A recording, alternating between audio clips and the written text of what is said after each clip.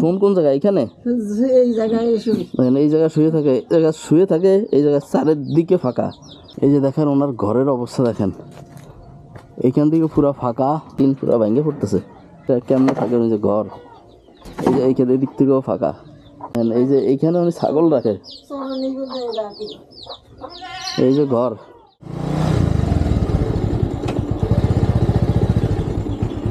আল্লাহ, ঘরের কি অবস্থা এখন, ঘরের কি অবস্থায় থাকে কে?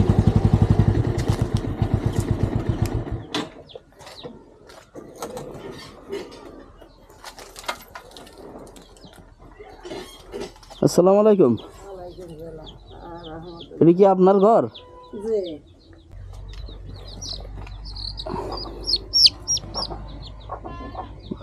কি সুন্দর।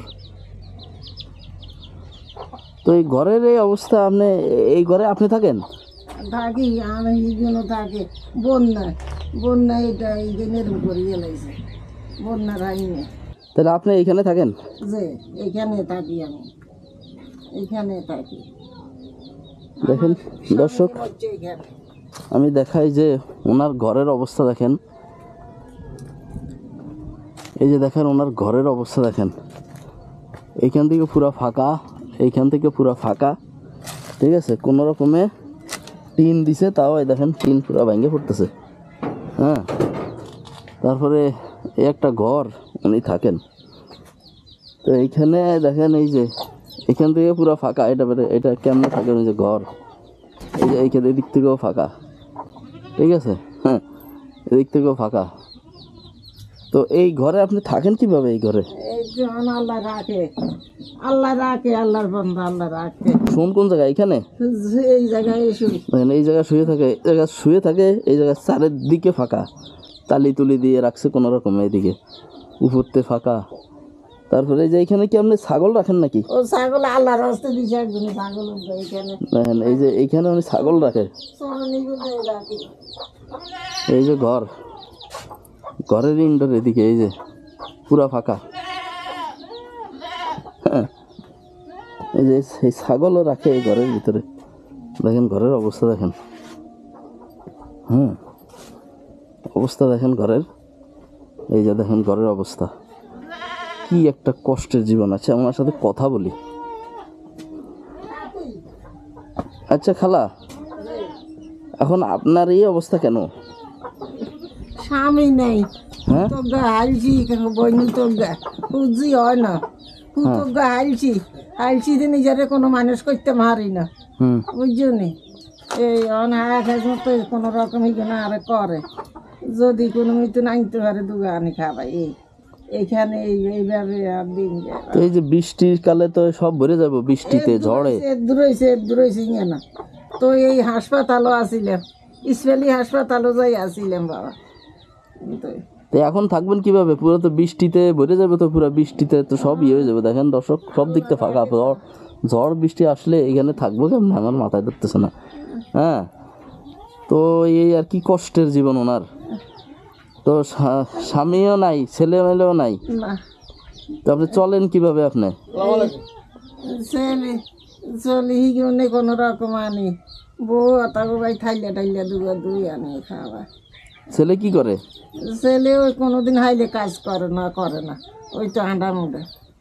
তা আপনার কিছু চাওয়া আছে? বাবা আরে ঘরও আনি কে দিলে আর আবৃত্তি না আবৃত্তি আর কি চাই, আর যদি আল্লাহ তো ফিকে আনবে কিছু দেয় দিবেন, এই আর আবৃত্তি আই দুই নেই চাই মানে রাখে, আর দুই নেই দিতে নেই। আর রান্না বান্না হয়েছে নি? ওইটাই তো না কি যাইছে। আচ্ছা, কি রান্না হয়েছে ঘরে সেটাও জানেন না? আজ তো কইতে খাইতে তো লোন যাওয়া হয়, তো বইতে হবে কি যাইছে, হাঁটাচলা করতে পারেন না? না এই আজ আসতে বছর এইভাবে। ঘরে কেউ আছে নাকি? এদিকে আসেন। আচ্ছা, পাশে থাকেন। ঘরে রান্না হয় না আজকে কোনো? কি রান্না করছেন? ডাইল নেই,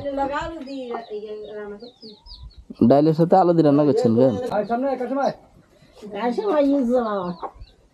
কথা কি হয়েছে তারা? তো আপনি কি করেন? আপনি এই কাজ কাম করি, কি কাজ করেন? খেত খামারি মাড়ি কাজ, এগুলো হাইলে করে না হাইলে কাজ কাম নাই বুঝছেন। কাজ কাম নাই। তো ঘরের যে অবস্থা, ঘর ঠিক করা লাগবে না নি? করা তো লাগবে, মা একজন অসুস্থ, তাহলে কথা 2-3 দিন কাম করলে মার পিছনে এটা খরচ করা লাগে। খরচ হয়ে যায়। খরচ আছে আর এই যে।